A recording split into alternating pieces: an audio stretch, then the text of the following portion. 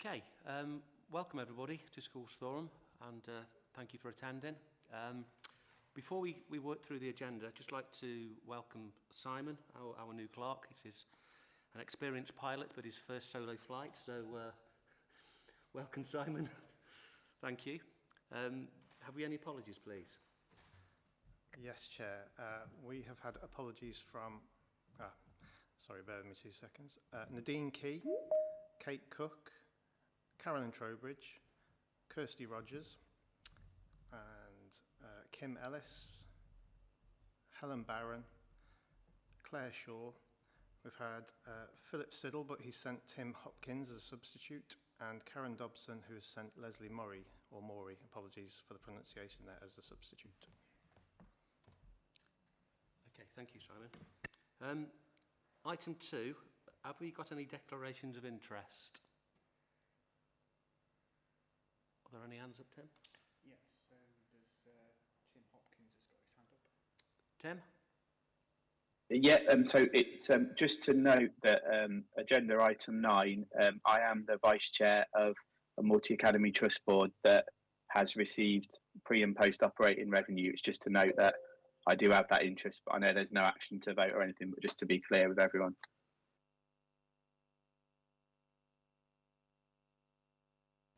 Okay, thank you, Tim. So moving on to item 3, membership updates. Just like to welcome Steve Drew. He's going to be joining us, so welcome, Steve. Thanks, Richard. That's very kind. No problem. Steve Bard, did you want to touch upon the email that you sent earlier, or are you happy with the explanation that Simon gave you? I can do it now. I was going to do it as on the matters arising, but I can do it now. Actually, I've put my hand up for 2 very minor points on membership. One is that the membership list at the bottom of the agenda refers to vice chairman, and in other places it's vice chair, and I'd like to suggest that it's vice chair throughout. I think that's a legacy vice chairman in that membership list. And the other point I was going to say was for the next meeting, next term, could we perhaps ask for an updated copy of the list that we've had from time to time before of the membership, giving their, what I call their constituencies, who we represent, and their terms of office, which is something we've done before, perhaps once a year. And could I just ask that we have that for the next meeting, next term? That seems perfectly reasonable, Steve. Yeah, I'm sure we can organise that. And do you want me to bring up the other point that we had an email exchange about then now, or? Yes, Steve, if you do it now, that'd be ideal. Thank you. Right. Okay. It's from the minutes on page 1, item 64, where it records perfectly accurately that it was suggested that the term on the newly elected member, which is turned out subsequently to be Steve Drew, should be until May 2025. And I put my hand up to this. I mean, I think I must have gone to sleep because I should have picked it up actually at the time. So I apologise for that. But the Constitution says quite clearly that schools members are appointed to the forum for a term of 4 years, in most cases, unless agreement has been reached to the contrary. Now, I'm not seeking to overturn what we agreed at the last meeting, because clearly we did agree it. But I personally would like to establish the principle that unless there are really good reasons that a member's term of office is 4 years, as it states in the Constitution, and the fact, I appreciate that it's a bit more extra work, a bit more admin for SCC colleagues and for Entrust people who actually arrange the elections, but I don't think that the fact that there is a bit of extra work there, unless there's a really good reason, should override the fact that the term of office of a member should normally be 4 years. So I just wanted to make that point and see if we could agree to establish it for future vacancies that fall outside the sort of 2-year cycles of having re-elections, because the 4-year terms are staggered.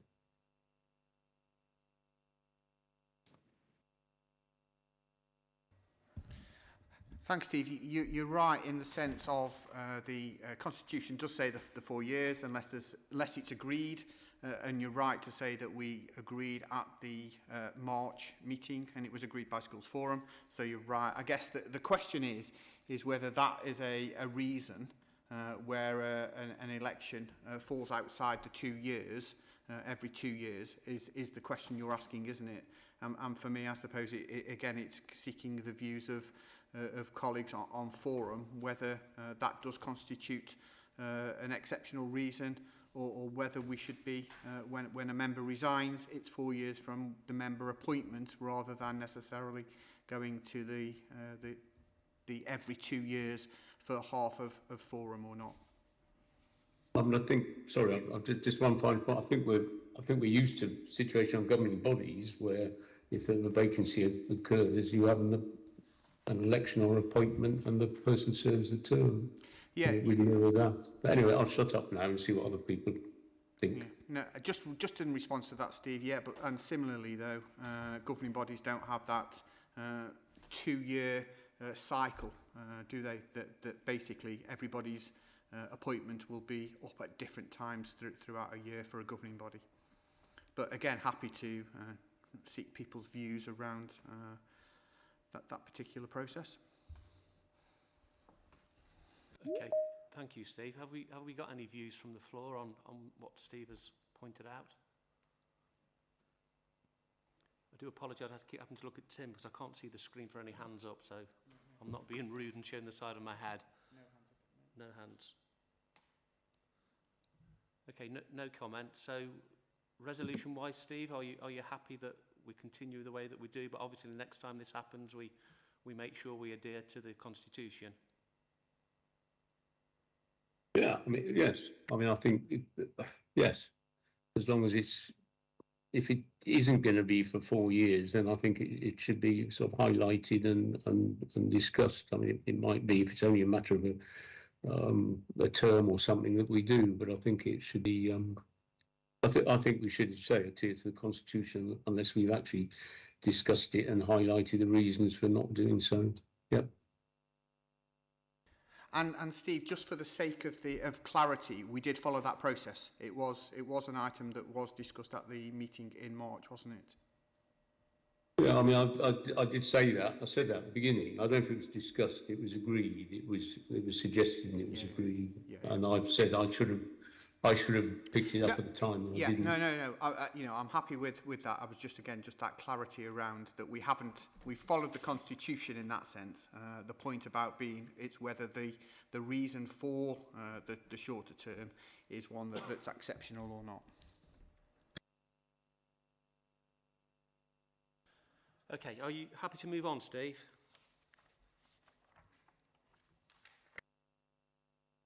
Sorry, I was muted. Yes, I've got one. When we get to Master Raja, I've just got one more. But yes, on that, I'm more than happy to move on. Yes, thank you. Okay, so if we move on to the minutes of the meeting held on the 24th of March, as always, I don't intend reading through them all. This time I'll go through page at a time, and then we'll pick any questions up as we move through. I don't think we'll have any questions on page 1, Steve, because I think we've covered that. Is there anything on page 2 that people would like to pick up and comment on? So I can see a hand. So Mark Bowie's got his hand up. Mark? Yeah, just for a technicality, really. The attendance, I was in attendance at the March meeting, but I'm not listed down for attendance, so just for accuracy. Okay, thanks very much. Simon, could you make that amendment, please? Thank you. Page 3. Yeah, that my other point on page 3, or question, it's towards the end of page 3, the last bullet point on item 67, where it says head teachers throughout the forum needed to be established to allow for open and transparent discussions to take place relating to the alternative provision available in primary and secondary schools. I just wondered if anything had been done on establishing or agreeing to establish that sort of forum. Karen not in, Tim?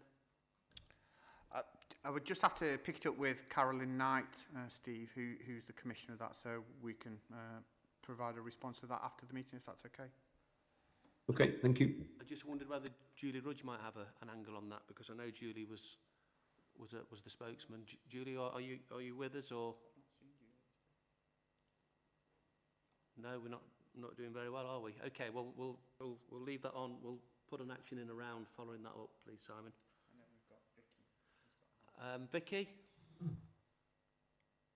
Hi, yeah, it was just a query similar to Steve's really. Top of page 3, it just refers to a meeting to be arranged with the PRU heads to see if gaps could be met, or if not, what might need to be commissioned. So it was just whether that piece of work had been done and there was any feedback.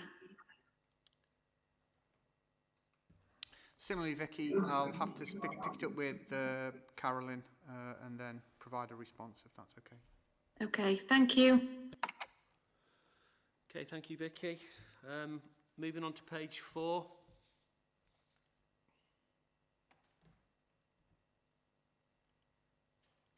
And page 5.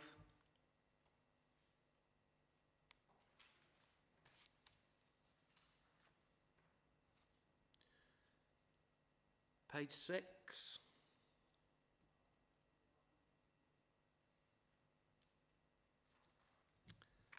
And finally, page 7.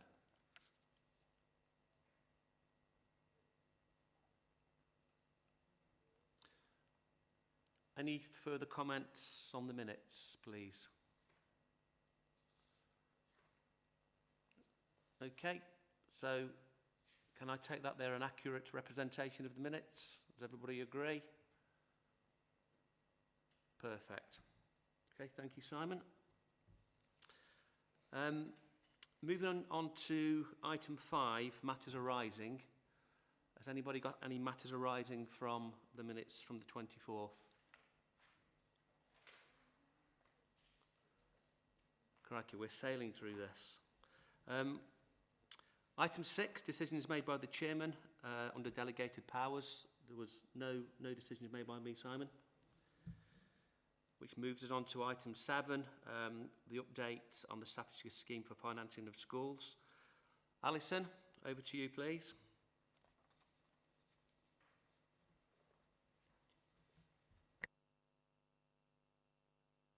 It's usually Mal who presents this. Mal or Michelle, I think, are presenting this from Entrust. Yeah, I'll pick that up. Thanks, Michelle. No problem. Okay, so first of all, we have the update to the Staffordshire Scheme for Financing Schools and Financial Regulations and Procurement Regulations. There have been some amendments there, which you can see in the paper. So has anyone got any questions around those? They just fall in line with the LA guidance now. No? Okay. Should we move on to the next item then? So notices of concerns and licence deficits. There has been no others issued since the last meeting. That's all I've got. If anyone's got any questions?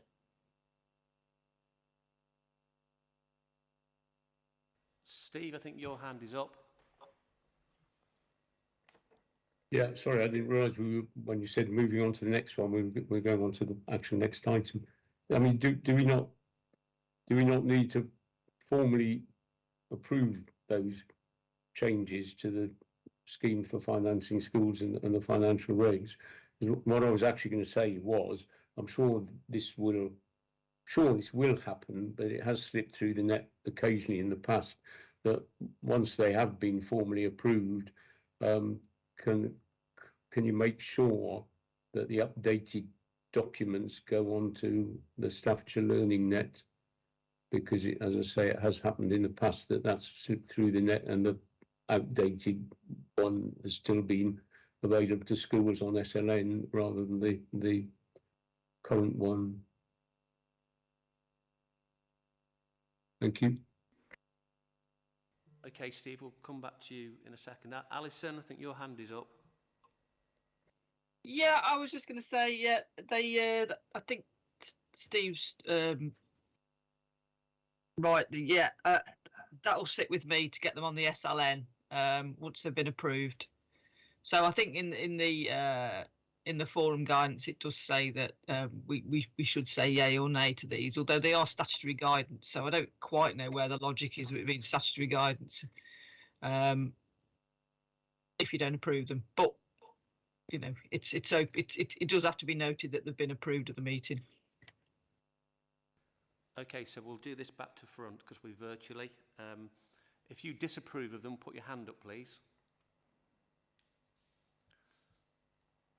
So they are approved. Thank you. Mel, sorry, you skated on a bit quick there. Are we now on the next item? Yes, it's Michelle, not Mel. I'm standing Michelle, Right. I do apologise. I will have a word with Mr. Moss because he stitched me up. Never mind. Sorry. Yeah. Have we moved on to item 8 now? Yeah. So there's been no reported licence deficits since the last meeting or notices of concern. Lovely. Are there any questions on the notices of concern? Everybody happy to move on? Thank you, Michelle. I do apologise for getting your name wrong. No problem. Thank you. Okay. Moving on to item 9, which is the Growth Fund. Andrew, hopefully I've got your name right. You have. Right. So what we've got is the annual report for forum members to advise you of the allocations made in accordance with forum's growth fund policy. And the paper summarises the allocation against 11 schools, totaling £425,000 out of a budget of 2 million, broken down by support for schools to comply with infant class size, those schools where they've exceeded PAN in cooperation with the local authority to provide additional places that are needed because of population demand rather than popularity. And then finally, the 6 free schools, 3 of which have opened, 2 are opening in September, and 1 is scheduled to open in September 2023. Thank you.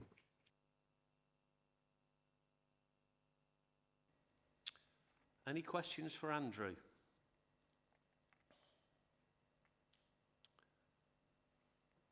No? Do we approve that? No. Noted. Okay, it is noted. All right. Thank you. Thank you, Andrew. Moving on to the next item, which is the school's budget, final outturn. And I'm pretty sure this is you, Alison. No, I'll present this one, Richard. Okay, I'm not doing very well here, am I? No, you're doing a shocking job. Okay, Anthony, it's always a pleasure to hear from you, Anthony. So, yeah, this report, as I bring to you annually, outlines the final outturn position for 21-22. It's largely in line with what we've been forecasting through the year. There's an overall overspend of 6.6 million, which is about 2% of the budget of the DSG revenues in 21-22. As you'd expect, that was all really down to the high needs block overspend, which was actually 8.2 million for 21-22, so banging on what we've been saying through the year. There was also a small overspend in the early years block this year, but then we had a 2 million underspend on the central and delegated items budget, which is of about £2 million, and to offset those overspends. And so they gave the net 6.6 overspend which has got into the deficit reserve now. So the DSG deficit reserve has gone from 2 million at the start of the year into 8.6 million in deficit by the end of 21-22, which is just over 1% of our annual DSG. And obviously we are now officially in deficit in terms of the government's eyes now. We're not allowed in this position, as we said before, but that's no consolation. And it is a serious financial risk to the authority, and it's unlikely, from what we've heard, that we will receive any additional government support, as we don't fall within the levels that the government safety valve scheme supports.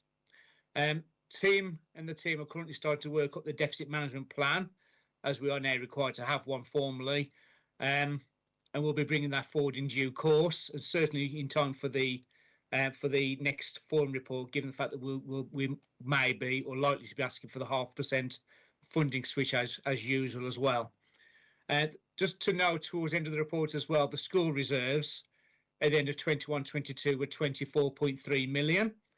That was an increase of 1.8 million from the end of 2021, and now more than 8 million higher than the end of 2019-20. So they've gone up by more than 8 million in the last 2 years. That's in stark contrast, obviously, to the DSG reserve. This has actually gone down by 9 million in that same 2-year period.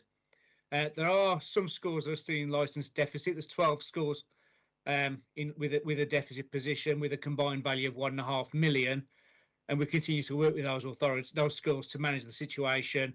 That's largely unchanged from actually the year before. Happy to take questions.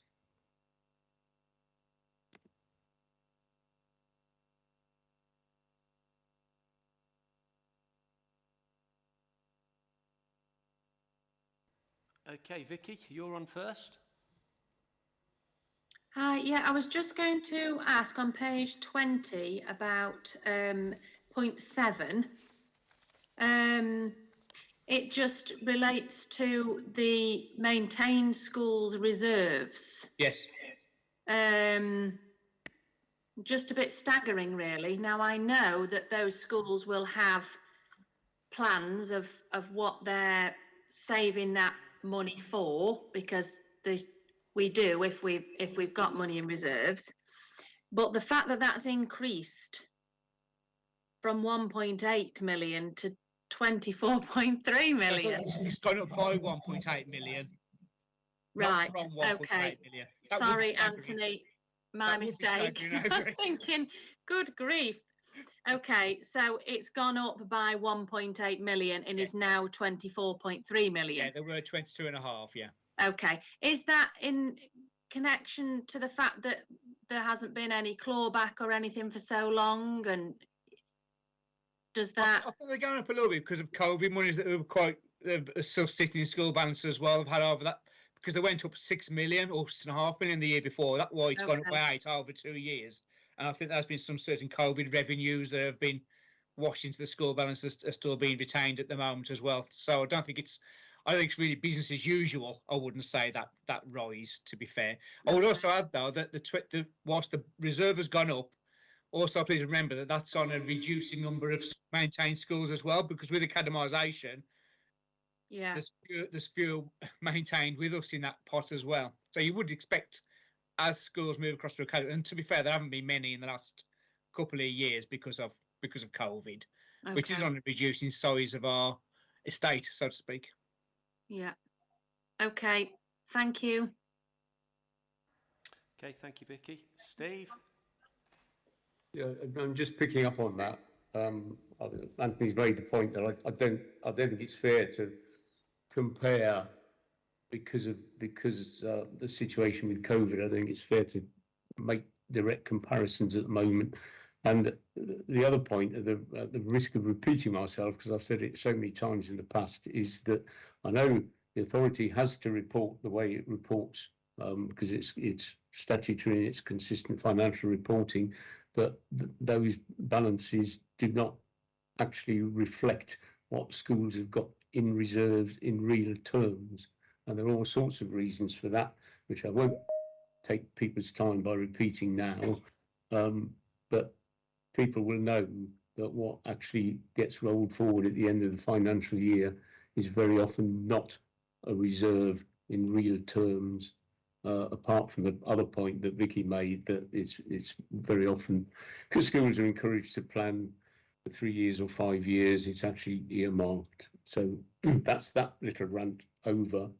There are a couple of other points which are not questions really, just to make the point, which I was going to bring up under high needs block, but Anthony's already mentioned them. So the fact that we are overspent by a significant amount on our high needs budget, but it needs to be kept in perspective. Anthony said it's a national picture, but there are authorities around the country whose overspend on high needs is in 3 figures of millions, of over 100 million, which puts ours into perspective a bit.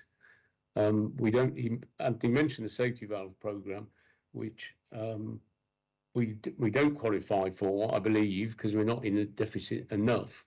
And anecdotally, authorities that have actually qualified for it have found it's been a bit of a poison chalice. And the final thing, it really is a final thing, I think, because Anthony mentioned it again, that the DSG deficit management plan, it actually says in the minutes for the, no, it doesn't, sorry, it says in the paper for the next item, the high needs one, that a report from that will be coming to the autumn 2022 meeting, and it should go into the work programme. And Anthony's made it clear that the plan is for it to come to the next term's meeting, but I don't think, unless I've overlooked it, I don't think it is in the work programme. So could that be added, please? And that is me done, possibly for the whole meeting. Possibly not. Thank you. Okay, thank you, Steve. Simon, could that be added in, please? Yeah, no problem, Chair. Thank you, Steve. Tim, yeah. Thanks, and thanks, Steve, for picking up the issue around the national perspective. And I know, I probably picked it up here, it's referenced in the high needs block report as well, a meeting that we held with the Education and Skills Funding Agency earlier on this half term. Not only do we not qualify for the safety valve scheme, neither do we qualify for the Delivering Better Value, the DBV scheme, which is for those local authorities that are not quite as in a bad position as the safety valve position. And again, I just want to echo the point that Anthony's made, that whilst it's not significant in compared with others, it is still a significant challenge to the local authority and puts the local authority in a very difficult position.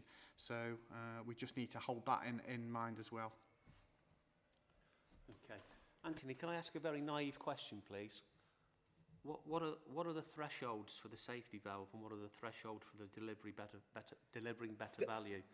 They haven't published any, but speaking to them, generally it's about 5% of their DSG reserve. They've kind of just worked down from the worst down proportion of their DSG, so they haven't set a threshold. They've just said we can afford to work with the first 55 and working with those. So there's no threshold, but generally it seems to be those authorities with a DSG deficit of at least 5% of their DSG.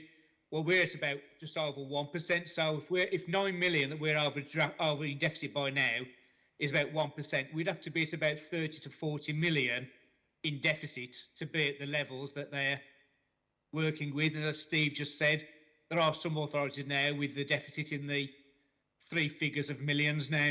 It is getting incredible.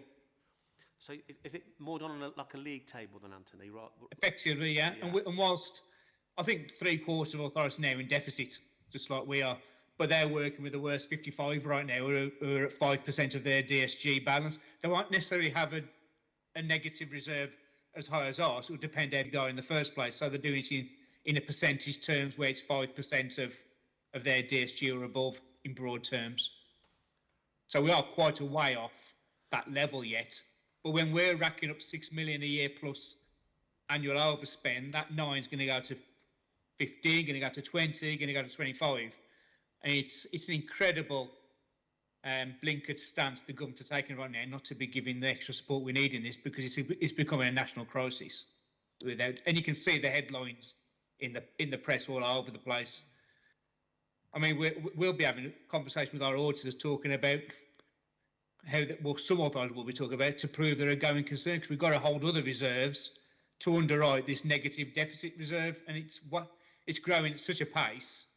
Council don't hold that level of reserves on their balance sheets, general fund reserves. Okay. It's a worry.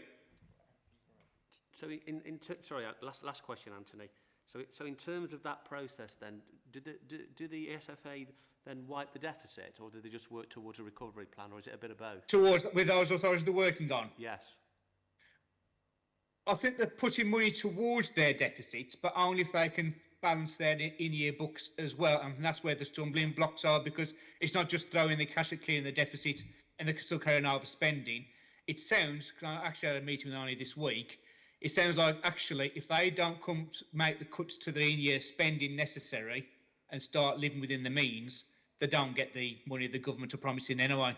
And I think where I think, was it Tim that mentioned just about, or Steve talking about being a bit of a poison chalice. I think it's still a challenge even for those authorities that are qualifying to deliver the cuts they need to do to start living within the means. Yeah.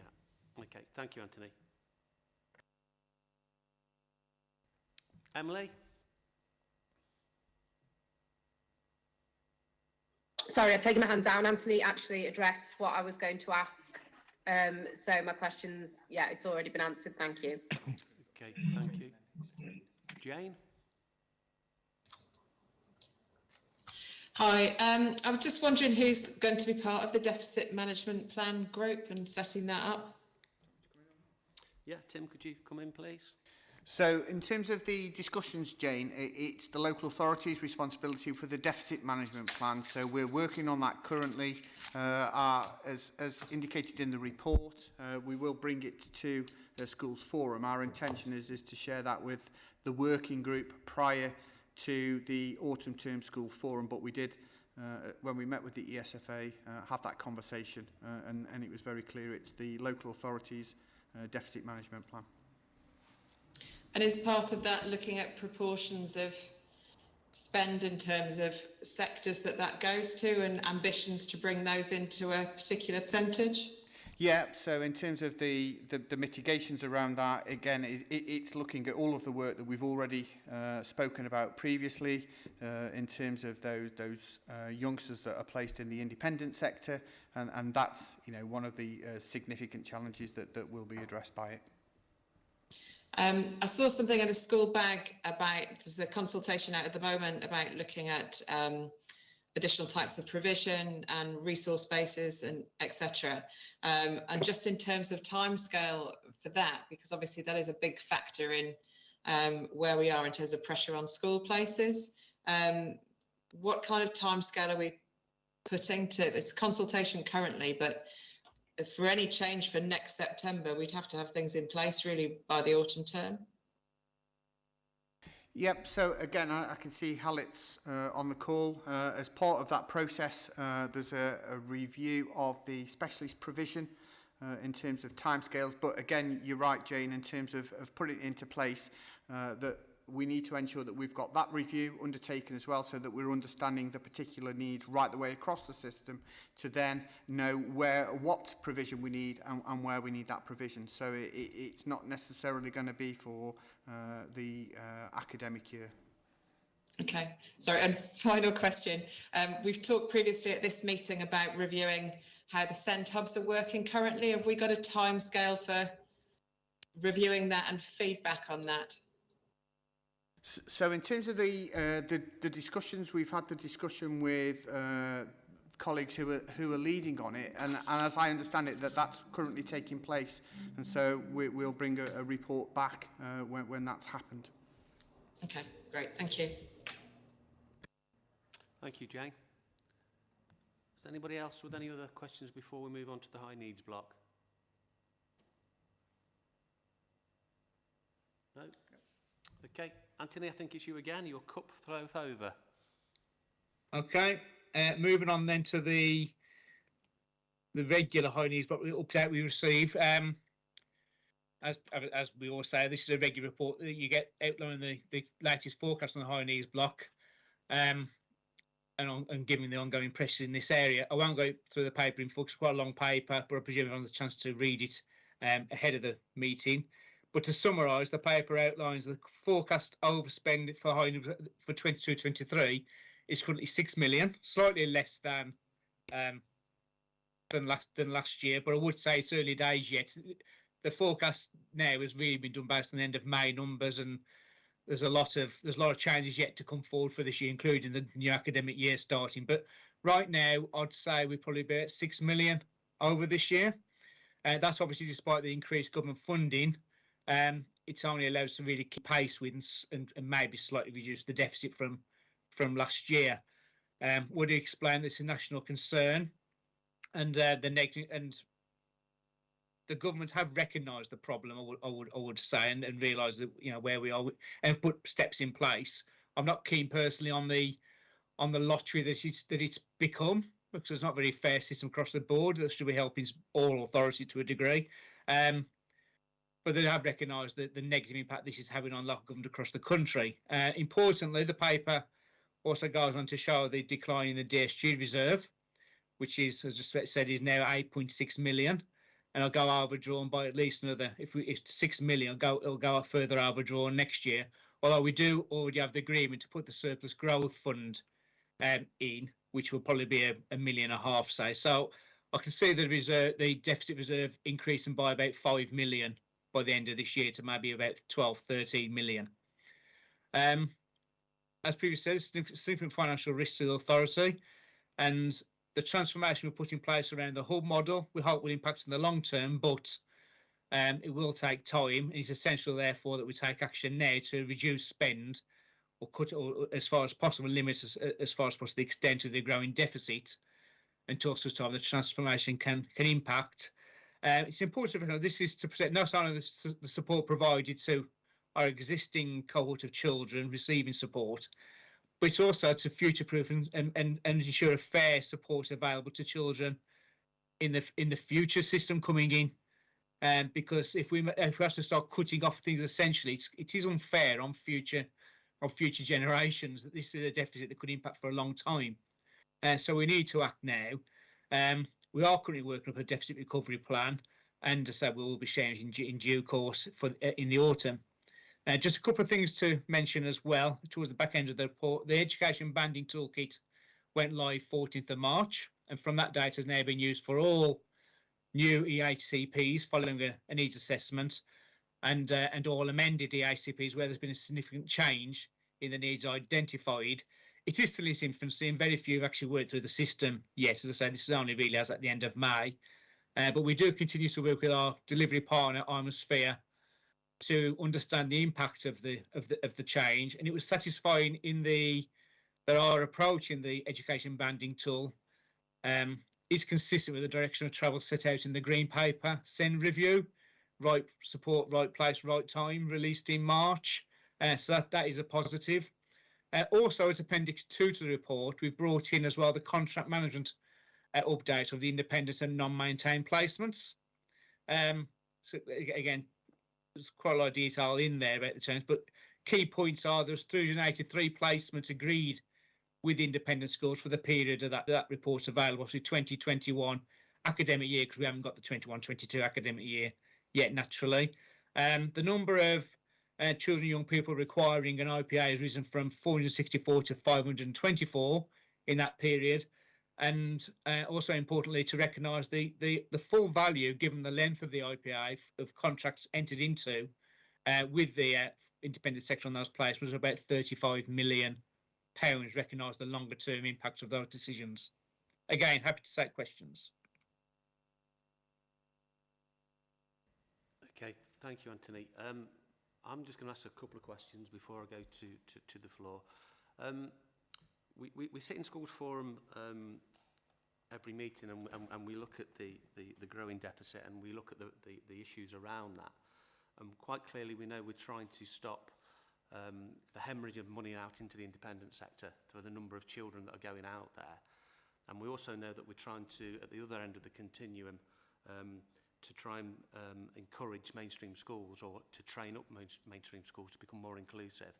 I just wonder whether Tim and Hallett could just put some meat on the bones around some of the work streams that are going on to try and address those problems. I think that'd be really useful. I know it's embryonic, and I know it's the beginning of the plans, but I think just for awareness, I'm sure there are people sitting out there.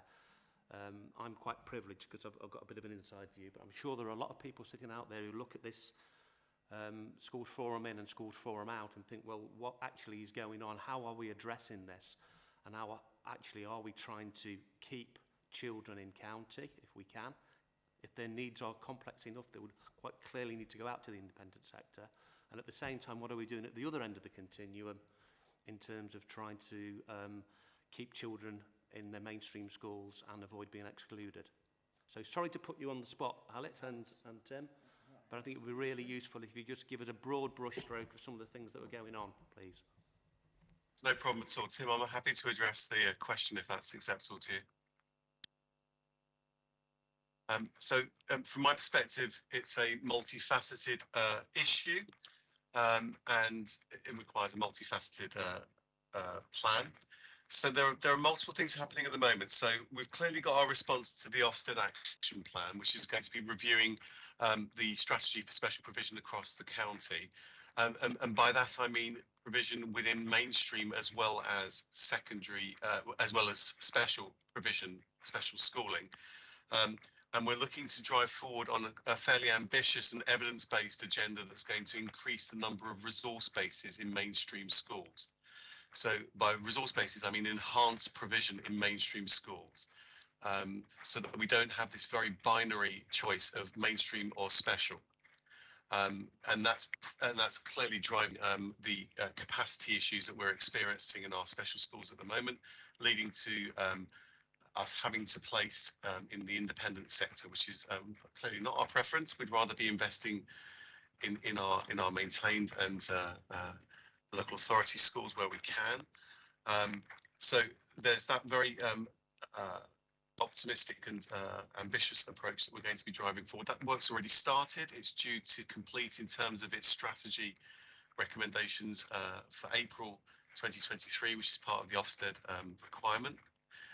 In terms of on-the-ground activity, we're being a lot more clever in terms of the decision making that we're making at panels, looking for opportunities to expand provision in our special schools where we can, and where we're hearing schools saying that they absolutely can't make provision because of numbers. We're coming back to those schools and looking at the art of the possible, and we've had several very productive conversations with our special schools in which we've invested quite creatively in expanding provision, and I'd cite the provision that we've developed at Tillington, where we have increased places by 30 places, and that's a piece of work between Marshlands Special School and Tillington, and the children there are not only going to be supported by specialist teaching staff from Marshlands Special School, but they're going to be based in a mainstream school. So they will have a mainstream experience and all of the positive experiences and evidence base that's linked with that. We've also looked at creative options in a range of our other special schools. And so where possible, we're expanding. But ultimately what's happening is that we've got to support our mainstream schools to look at working more creatively with more support, obviously, to maintain places in mainstream.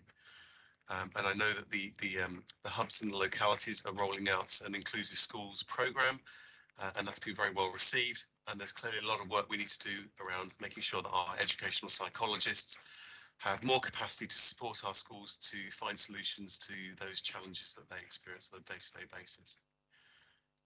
So, you know, the national and regional context isn't great. Increasing demand, smaller budgets, budgetary pressures, and that's the reality of the situation. We've also got this juxtaposition of the white paper and the green paper, with the white paper setting out a position that, in my estimation, doesn't appear very inclusive, but the green paper setting out a position that's more around individualised learning and reasonable adjustments. So we're pushing against the tide here, But I'm fairly optimistic that with a new strategy for special provision and an increased emphasis on supporting schools to be more solution focused, clearly with support, that we'll be able to address some of the problems that we're seeing at the moment. Okay, thank you, Hallett. Last question from me. At the other end of the continuum, obviously we've got the district hubs. I just wonder, is there any data washing through now? I know we've had COVID and it's been very difficult. I just wonder, is there anything coming through in terms of how are you quality assuring those hubs, and what metrics are you likely to be using to try and judge whether they're being successful or not? So, for example, I was just thinking, the children that have been excluded and end up in the PRUs, is there any evidence around those children actually being referred into the hubs? That's just one metric that's just come off the top of my head. I just wondered how we're looking at the hubs and how we're quality assuring them. I'd have to go back and double check where we're at with that particular matter. I do know that the governance structures around the hubs is pretty good in my estimation, but in terms of actual outcomes related to outputs, I'd have to come back, and I'm happy to take that away as an action. Okay, thank you. Tim, we've got any hands up, please? Emily? Hi, yeah, just a brief question really, and it's just an inquiry. It's really to Tim. I've just picked up on Hallett's point there about the personalised learning experience and the fact that, you know, schools are needing to be increasingly inclusive, as we hear all of the time. And there's a complete disjunct between that agenda, which we know is absolutely at the forefront of everything, and the current Ofsted regime and the metrics that we're all governed and regulated by. And I'm sort of very keen to continue to drive that sort of push into the department and into Ofsted in terms of why we're at odds with what we're being asked to do in schools in order to be fully equipped to deal with these quite complex young people that need to remain in mainstream and that do need that very bespoke curriculum offer. I'm just curious, Tim, really, as a local authority, are we engaged in those conversations? Are you at the forefront of some of that discussion in terms of where this is, you know, what is happening there in terms of that conflict? Yep, thanks, Emily, and thanks for the opportunity for responding to that, really, because one of the things that when the white paper and the green paper were published back in March, that was one of the first discussion points we were having with our regional colleagues, is around the tension between the two papers. We will continue to do that. Our response to the green paper consultation, again, highlights that particular issue. In terms of, we would really expect a white paper to kind of relook the curriculum offer and linking kind of performance to academic output in terms of what we're expecting at the end of Key Stage 2 and the end of Key Stage 4. So all of those conversations and discussions continue to take place. And similarly, the same kind of conversation with the regulator. With Ofsted as well. So the opportunity we had at our regional Ofsted meeting that took place, and I think it was May this year, again had that opportunity to talk around the way in which they may see their role moving forward, and particularly around an inclusive agenda. And did they ever ask him, thank you for that, did they ever ask for representatives from any of the schools or the multi-academy trusts to engage in those conversations with, you know, alongside the authority? There isn't that opportunity, Emily.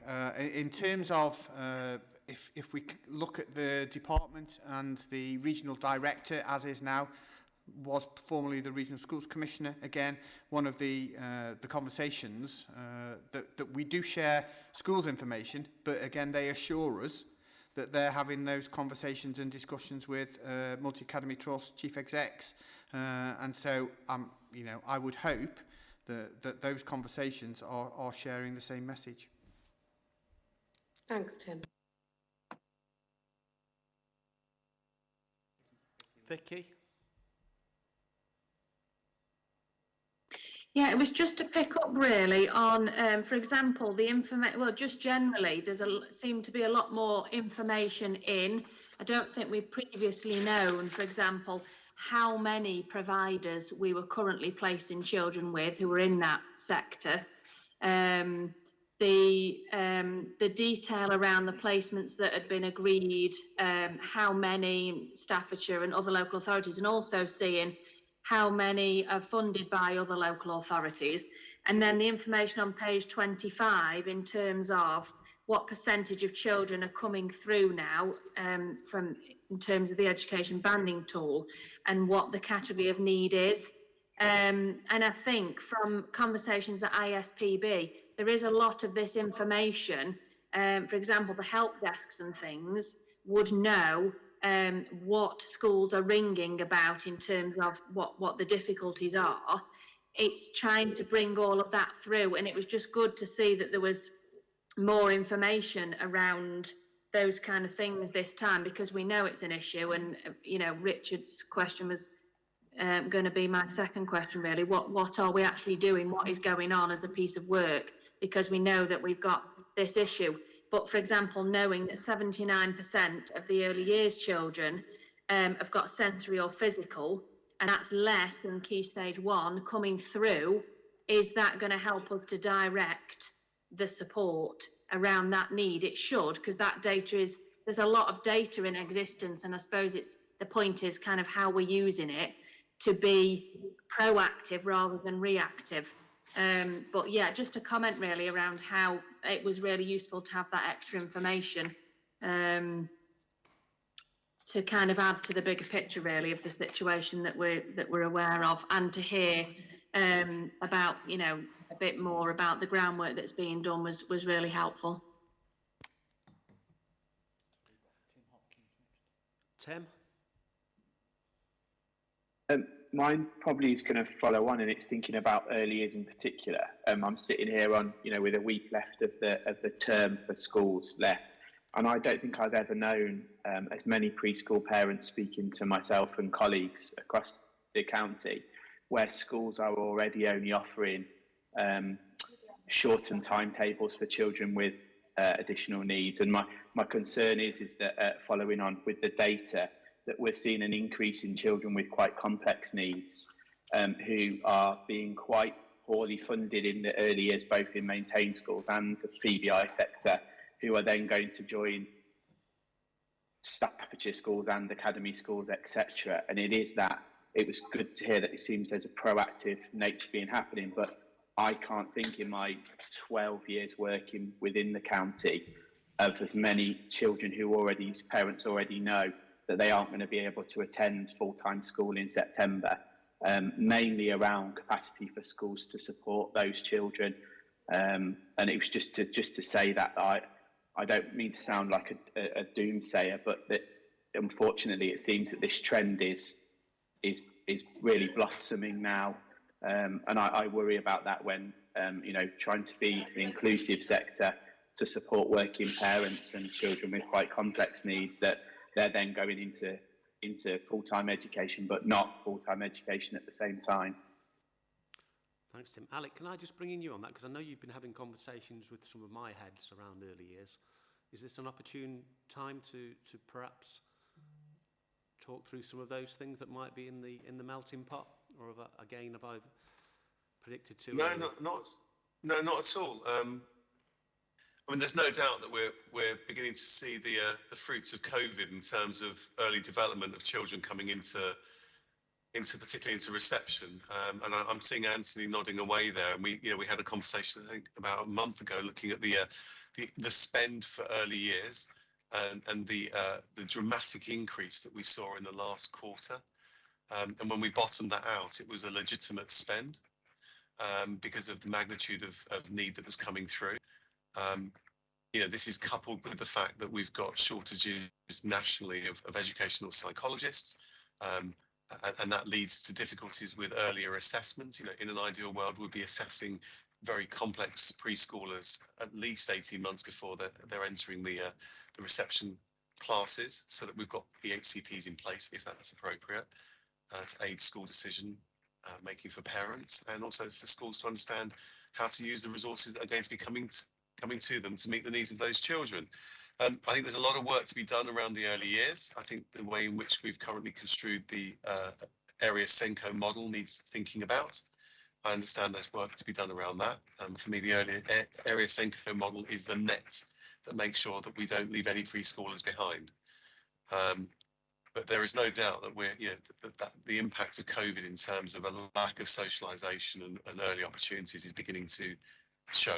And I think we're probably in for another sort of 5 to 10 years of issues in that regard. There's no doubt about that.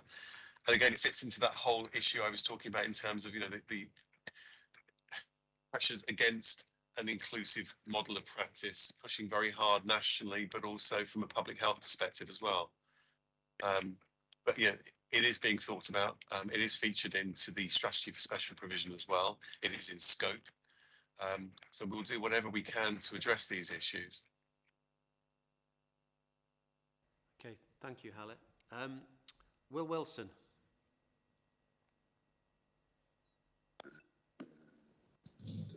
Thanks. Hallett, it's a question for the resource basing in Main Street.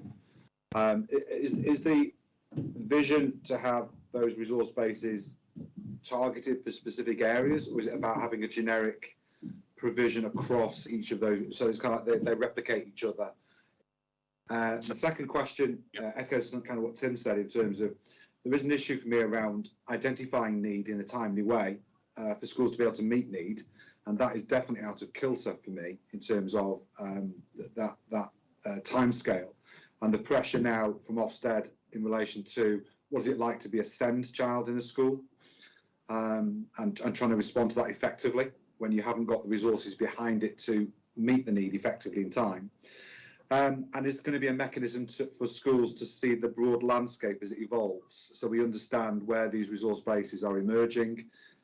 Because I agree with you about trying to keep provision within house, and rather than sending children to an alternative provider, if that's a resource base in another secondary school or primary school where they can provide a particular service, then it's worth me being aware of that as it grows and evolves. Thank you. Yeah. So in terms of the first part of your question, the resource bases, I think we need to be moving away from this notion of generic special. I don't think there's anything generic about special schools. They're, by very definition, they are specialist and very unique and very focused. So the resource bases, obviously, this is going to be part of the co-produced strategy, and we need to co-produce with schools and with parents and with young people around what the provision needs to look like. But the general direction of travel is for resource-based provision that is specialist by type of additional need, and we'll need to determine where those boundaries lie, whether it's autism, cognition and learning, speech and language, and so on and so forth. What we'll need to do with those resource bases is make sure that we're not creating a two-tier system whereby schools are either consciously or unconsciously moving children out who are challenging to manage into schools that then become de facto special schools. So there are models of practice in which resource spaces operate within a particular setting, but the child does remain on roll with their home school. So then they're not experiencing a sense of rejection, but they're also experiencing the additional provision that they require. And there's that toing and froing between the resource space and the home school to increase capacity and upskill the home school, because they will inevitably come across another child with similar needs, and therefore reducing the need to place in the resource space as well. So it's an in-reach and outreach approach. That piece of work is picking up pace and will be commencing more readily in September, and we've had expressions of interest from special schools who want to be involved in that pathway, and we're going to be going out to our mainstream primaries and secondaries and post-16 settings to ask for expressions of interest to work on those work streams. And the work streams are probably going to be around either autism or cognition and learning, and so on. But we have had already have had expressions of interest from schools who are interested in exploring these models of resource bases, and some who are already running them. So, we've got a starter for 10 in that regard. So in terms of your first question, I think I may have answered that. And in terms of timeliness of identification of need, there is another large work stream that's going to be looking at the education, health and care pathway. And the aspiration there is for earlier identification.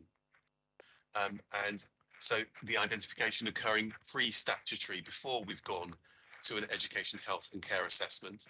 And there have been good historic models in the West Midlands for doing that sort of approach. In Birmingham in the early 2000s, there was the CRISP approach, which the resources were front loaded so that the assessment was done before the request was made.